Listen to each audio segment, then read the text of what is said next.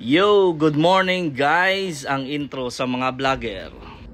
Time check 5:05. So aga pa kami subong ni Scott kay marakat naman kami sa Dubai Canal, diretso sa Dubai Creek kay angatan naman ang bangka. So start ta subong ang bangkay on ta lang mga battery. Start lang mga electronics niya kag ang i-acknowledge lang ang engine. Okay? Mag-start niya sa bangka, guys. Damo-damo ag niya pinduton niya.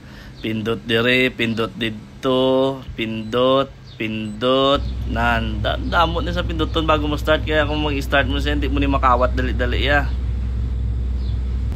Ari na mo ni mag-start off matay yung engine bla. Nagay.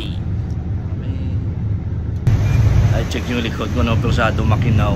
Noon pindot naman tayo nag-alarm ang shallow water. Ang ari adjust na lang ay full engine view ta. Subong mga dre summer subong sa sa Dubai. So grabing hulas di subong kag humidity. O gahulas ang amo min chill do ilok sang miga mo ngang sud. Silpeta na beo bila chill.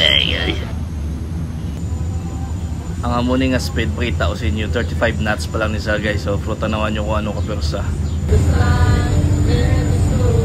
Ari makita nyo na ang Burj Khalifa na silhouette.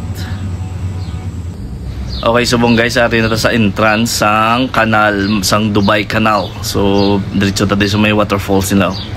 Guys, kung lapit na tada may sensor na sa mabuka siya na ando cortina. Nan, see, binami ay. Okay malakas dalom ah. Okay guys, mula na. Hasta lang dia. Kapoy na ko sa Gayambal. Bye-bye.